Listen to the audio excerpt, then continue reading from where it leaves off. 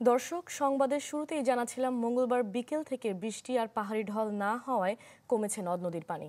এ নিয়ে আরো খবর জানাতে শেরপুর থেকে সরাসরি যুক্ত হচ্ছেন আমাদের সহকর্মী ইমরান হাসান রাব্বি। রাব্বি, সম্ভাব্য বন্যা মোকাবেলায় প্রশাসন কী উদ্যোগ নিয়েছে?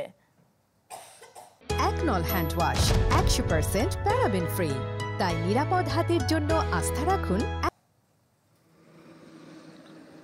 রুহি, টানা 5 দিনের বৃষ্টির পর আসলে গতকাল বিকেল থেকে বৃষ্টি কমেছে। উজানের বৃষ্টির কম থাকার কারণে এবং পাহাড়ি ঢল কমার কারণে শেরপুরের সকল নদ নদীর পানি আসলে কমতে শুরু করেছে। বিপদসীমার নিচে এখন আসলে সব নদ নদীর পানি।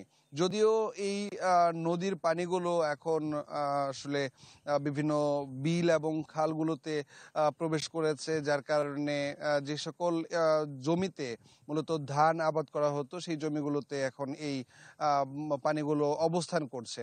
আসলে এই 5 দিনের যে বর্ষণ ছিল, বর্ষণ এবং পাহাড়ি ঢলের কারণে যে সৃষ্ট একটি আকস্মিক বন্যার সংখ্যা ছিল, যেটি গত 15ই মে দুর্যোগ ব্যবস্থাপনা মন্ত্রণালয় থেকে একটি সতর্কবার্তার মাধ্যমে বন্যার কথা বলা হয়েছিল।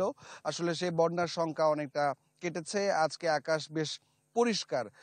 আসলে স্থানীয় প্রশাসনের পক্ষ থেকে স্থানীয় স্বেচ্ছাসেবী সংগঠন যতগুলো রয়েছে এবং স্টেক হোল্ডার যারা রয়েছেন তাদেরকে নিয়ে একটি জরুরি মিটিং করে মূলত এই বন্যার ক্ষতি মোকাবেলার জন্য আগাম প্রস্তুতি নেওয়া হয়েছিল।